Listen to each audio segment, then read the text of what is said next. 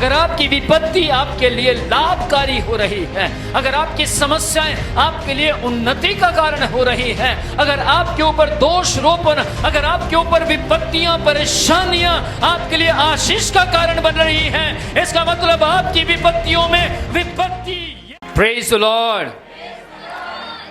यूहन्ना 15 अध्याय की 26 आयत पढ़े तो वहां परमेश्वर का वचन क्या कहता है, ध्यान से सुने। जब यह सहायक जो सत्य का आत्मा है परमपिता की ओर से आता है तुम्हारे पास आएगा, जिसे मैं परमपिता की ओर से भेजूंगा, वह मेरी ओर से साक्षी देगा, वह मेरी साक्षी देगा। किसकी? यीशु की गवाही देगा। याद रखिएगा, यदि अभी तक आपने अपने पड़ोसी को यीशु मसीह के बारे में नहीं बताया, अगर आपने अभी तक अपने ऑफिस में यीशु मसीह के बारे में नहीं बताया, अगर आपने अभी तक अपने गांव में यीशु मसीह के बारे में नहीं बताया, तो आपके पास सहायक नहीं है। लेकिन यदि आप अपने परिवार के अंदर, अपने घराने के अंदर, अपने दोस्तों को, अपने मित्रों को यीशु के बारे में दिन और रात बताते जा रहे हैं, शर्म नहीं खाते, तो मैं आपको बोलना चाहता हूं आपके पास पवित्र आत्मा है। प्रभु यीशु ने कहा, जब पवित्र आत्मा सहायक तुम्हारे पास आएगा तो वो मेरी गवाही यानी यीशु मसीह की गवाही देगा। वो कहेगा यीशु पर विश्वास करो, क्योंकि यीशु ही तुम्हारे जीवन के अंदर लाइफ देने के लिए, तुम्हारे जीवन के अंदर जीवन देने के लिए तुम्हारे लिए वो मर गया। यीशु मसीह ने मारा नहीं, यीशु मसीह मर गया।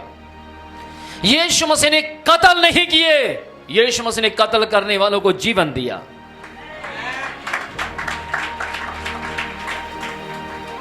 यदि आप चर्चिस में जाते हैं, आपको वचन नहीं दिया जाता, आप अलग अलग प्रकार की बातें सुनकर वापस आ जाते हैं, तो मैं आपको बोलना चाहता हूं आप जीवित ही मरे हुए हैं।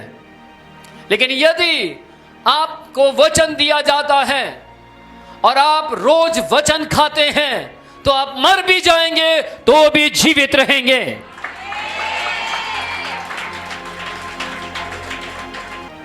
एक और सहायक, अगर आप उत्पत्ति 3 अध्याय ध्यान से पढ़ें तो वहां परमेश्वर का वचन कहता है, मैं एक सहायक मनुष्य के लिए बनाऊंगा। मनुष्य का अकेला रहना अच्छा नहीं। उस सहायक के जरिए इस दुनिया में नुकसान हुआ, लेकिन इस सहायक के जरिए आप नुकसान से बच जाते हैं। वो सहायक आदम के लिए नुकसान का कारण बना, लेकिन ये सहायक हमारे लिए, हमारे जीवन के लिए नुकसान का नहीं, केवल लाभ का कारण बनता है। Praise the Lord. आज याद रखिए, आपके पास, यदि आपको लगता है कि मेरे पास सहायक है और आप यीशु के मौत का प्रचार नहीं करते, यदि आपको लगता है कि मेरे पास सहायक है लेकिन आप यीशु मसीह के बारे में लोगों को नहीं बता पा रहे हैं, तो आपके पास सहायक नहीं है। लेकिन जो बता पा रहे हैं कि क्या आप चाहते हैं कि आपका अभिषेक बढ़ जाए? जी हां, तो यीशु की मौत का पवित्र आत्मा के साथ प्रचार करना शुरू करें। ज्यादा से ज्यादा संसार की बातें करना आसान है, लेकिन यीशु की मौत का प्रचार करना आसान नहीं है। केवल वे लोग कर सकते हैं जिनके पास पवित्र आत्मा है, क्योंकि जिनके पास पवित्र आत्मा है उन्हें शर्म नहीं आती। जिनके पास पवित्र आत्मा है उन्हें जय मसीह की बोलते हुए शर्म नहीं आती। जिसके पास पवित्र आत्मा है वो सच कहेगा, झूठ नहीं कहेगा, क्योंकि पवित्र आत्मा आपको हियाब देता है बोलने का। आमीन। अगर आप यूहन्ना 14 अध्याय उसकी 26 आयत को पढ़ेंगे तो वहां लिखा है, किंतु सहायक अर्थात पवित्र आत्मा जिसे परम पिता मेरे नाम से भेजेगा, तुम्हें सब कुछ बताएगा और जो कुछ मैंने तुमसे कहा है उसे याद दिलवाएगा। जिन्हें याद रहता है उनके पास पवित्र आत्मा है। पवित्र आत्मा हमें आत्मिकता में जगाता है। पवित्र आत्मा हमें आत्मिकता में उठाता है। पवित्र आत्मा हमें वचन सीखना सिखाता है। मैं आज आपको बोलना चाहता हूं, जिसके पास पवित्र आत्मा है वो हर काम को निपुणता के साथ करता है, क्योंकि पवित्र आत्मा को मालूम है कि यीशु मसीह ने अपने हर काम को 33.5 साल की उम्र तक निपुणता के साथ किया। जैसे यीशु मसीह ने काम किया, सेम ऐसे ही पिता परमेश्वर ने काम किया। पिता परमेश्वर ने पुत्र परमेश्वर को सिखाया, पुत्र परमेश्वर ने पवित्र आत्मा को सिखाया।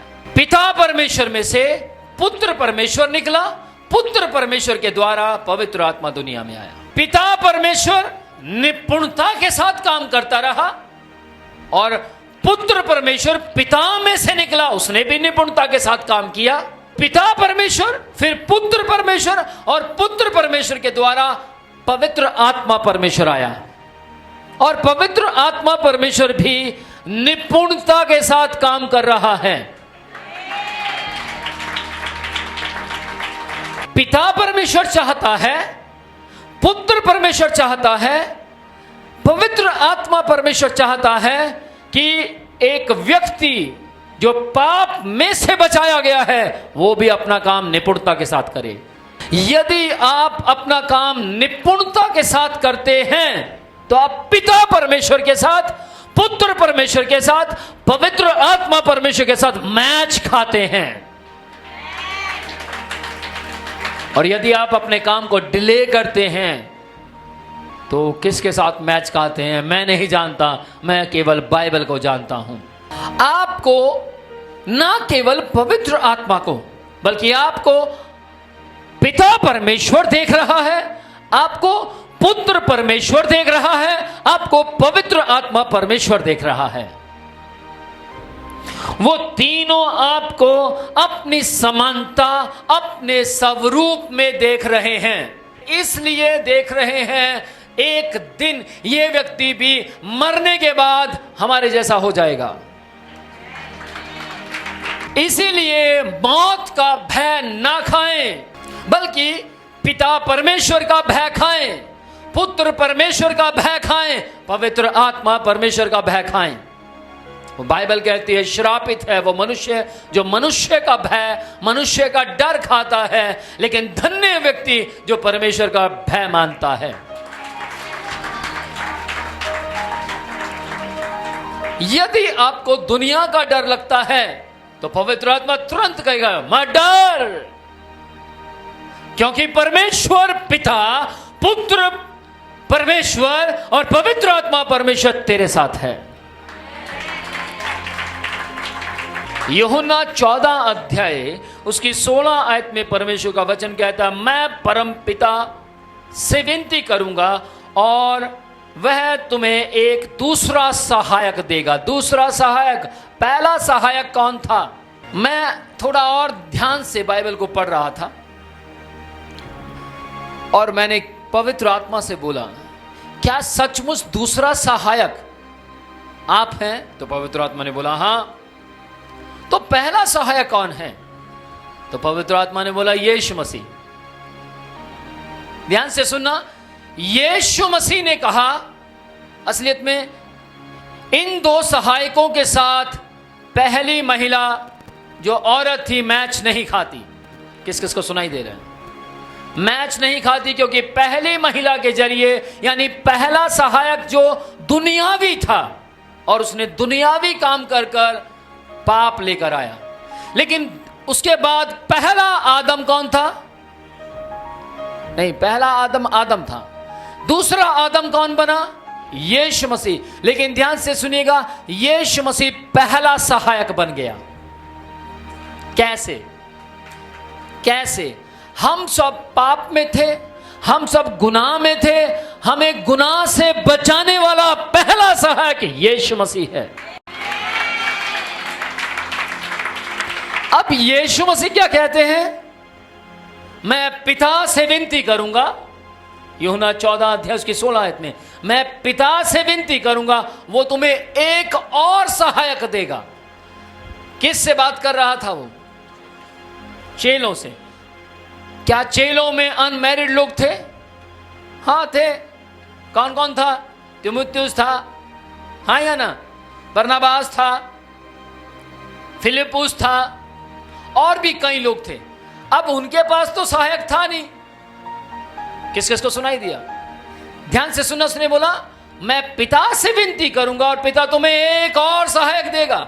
अब पतरस को तो समझ आ गया एक और सहायक मतलब मेरे पास पत्नी है, फिर उसके बाद वो। लेकिन कवारों को क्या समझ आएगा? इसका मतलब यीशु मसीह वहां पर महिला की बात नहीं कर रहा था। यीशु मसीह वहां कह रहा था मैं पिता से विनती करूंगा और पिता तुम्हें मेरे जैसा एक और सहायक देगा। ऐसे ही कुछ, जैसे आप दुनियावी चीजें सीखते हैं, ऐसे ही कुछ पवित्र आत्मा हमें आत्मिक चीजें सिखाता है। यीशु मसीह ने कहा मैं पिता से विनती करूंगा और पिता तुम्हें एक और सहायक देगा, और वो एक और सहायक क्या करेगा? तुम्हें सब बातें मानना सिखाएगा। अच्छा मुझे बताओ, एक और सहायक क्या करेगा? सब बातें मानना सिखाएगा। तो यीशु मसीह क्या कर रहा था? सब बातें मानना सिखा रहा था। Praise the Lord. यीशु मसीह ने क्या किया? चेलों से कहा जहां मुझे जाना था वहां मैं तुम्हें भेज रहा हूं, तुम जाओ। जहां जहां मुझे जाना था वहां वहां मैं तुम्हें भेजता हूं। वही काम आज मैं करता हूं। पवित्र आत्मा मुझे बोलता है इसको नहीं, उसको भेज दे, उसको वहां भेज, ये टीम को वहां भेज दे, उस टीम को वहां भेज दे। असलियत में आपको लग रहा है मैं भेज रहा हूं, लेकिन सही मायने में आपको पवित्र आत्मा भेज रहा है। बाइबल कहती है आत्मा जिसको जो चाहता है बांट देता है। इस व्यक्ति को यहां किसने बैठाया? ये कहेगा आपने, मुझे, ये कहेगा आपने। इस व्यक्ति को यहां किसने बैठाया? ये भी कहेगा अपोस्तल जी आपने। इस व्यक्ति को यहां किसने खड़ा किया? इसको यहां, उसको किसने खड़ा किया? आप कहेंगे आपने, हाँ या ना? लेकिन सही मायने में आत्मा मेरे पास है और आत्मा जिसको जो चाहता है बांट रहा है। जो व्यक्ति पवित्र आत्मा के साथ काम करेगा उसका काम पवित्र आत्मा वापस नहीं लेगा। किस किस को सुनाई दे रहा है? काम किसने दिया? काम किसने दिया?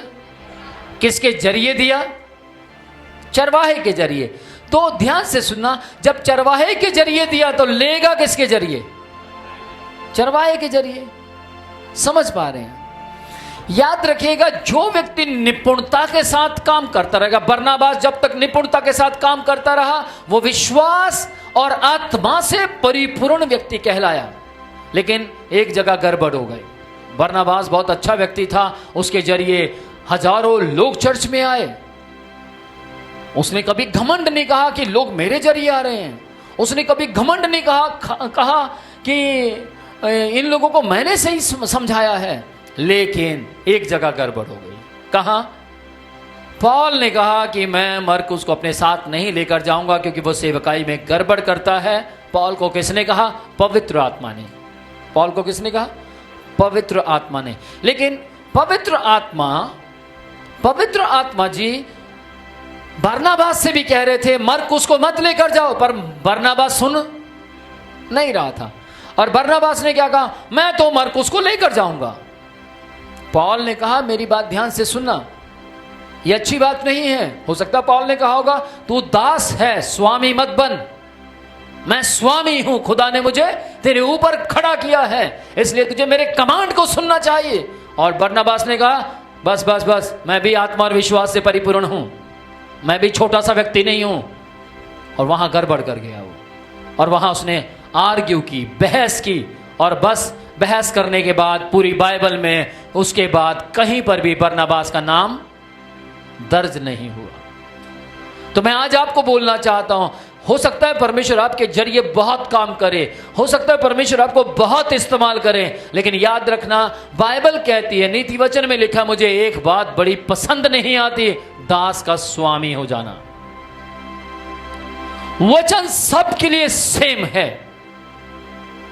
समझ पा रहे हैं?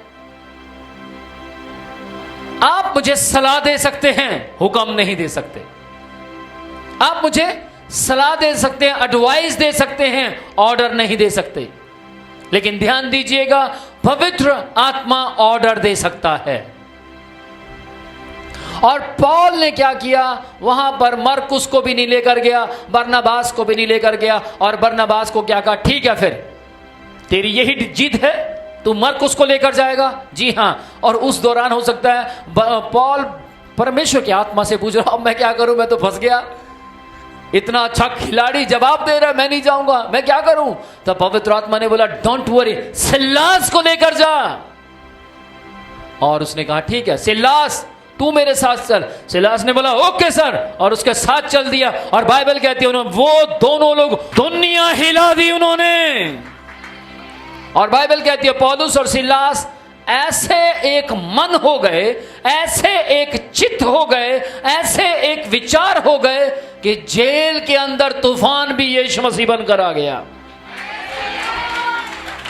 अगर आपकी विपत्ति आपके लिए लाभकारी हो रही है, अगर आपकी समस्याएं आपके लिए उन्नति का कारण हो रही हैं, अगर आपके ऊपर दोष रोपण, अगर आपके ऊपर विपत्तियां, परेशानियां आपके लिए आशीष का कारण बन रही हैं, इसका मतलब आपकी विपत्तियों में विपत्ति यीशु बनकर आ गया है। यीशु मसीह आपकी जिंदगी के अंदर तूफान के रूप में भी कहेगा, डोंट वरी, चिंता ना कर, मैं ही हूं। ये वो तूफान नहीं जो तुझे नुकसान पहुंचाए, परंतु ये वो तूफान है जहां तुझे जाना वहां मैं तुझे पहुंचाऊंगा।